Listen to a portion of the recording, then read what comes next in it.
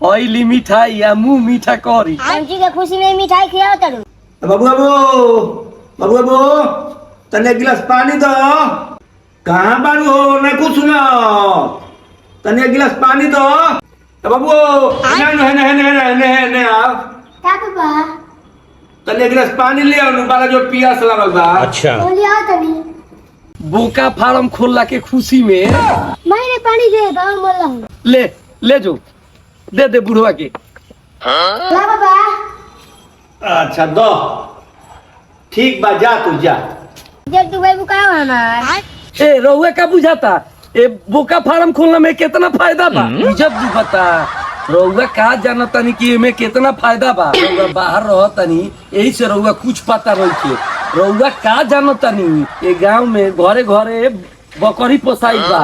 अब पैसा कहाँ से आई लेकिन बोका फार्म खोललू हो। रहुआ जब बाहर गईनी नु अच्छा 1 महीना बाद हम जीविका से जुड़ गईनी। अच्छा वही जीविका से 10,000 रुपया मिलल हो तो हम सोचनी हो कि कोनो बिजनेस कर ली।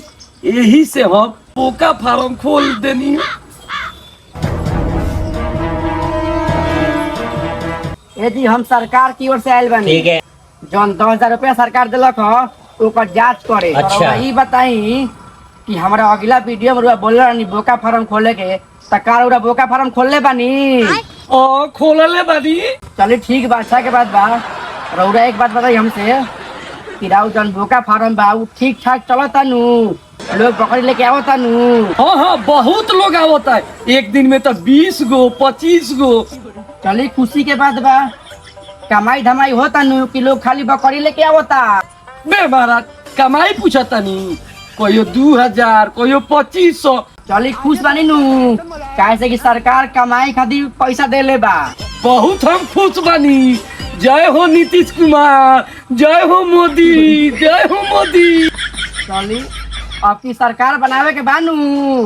हाँ जी बनाओ के बना। कहतानी कि सरकार 2 लाख रुपया और देता। अच्छा ओकरे का करे। ओकरा के क्या करे वो पैसा के यही में लगा दे कि और हमर दुगुना हो जाओ कमाई। और सोचता नहीं कि 5 गो बोका किन ली 5 गो भैंसा किन ली। ए जी तो अब तो सारा गांव जवार के लोग रौड़े लगे आई। हाँ तो यही से नु हम बड़का और करो तनी। ठीक बा रौड़ा अपने बोका फार्म के चलाई आ हम जांच कराए रहनी हो जांच कर लेनी आ हम जातनी। ठीक बा हाँ तू जा आई रहा बड़का जांच करे कि मिलल बा कि ना। आ हम खोलले बानी कि ना बोका फार्म। आ रउआ का ताकतानी खाई ना खाई चिंता मत करी रउआ खाई। हाँ जब तू बोलले बारू तो हमरा कौन सी के चिंता बा। हाँ रउआ चिंता मत करी हम सब संभाल लेम।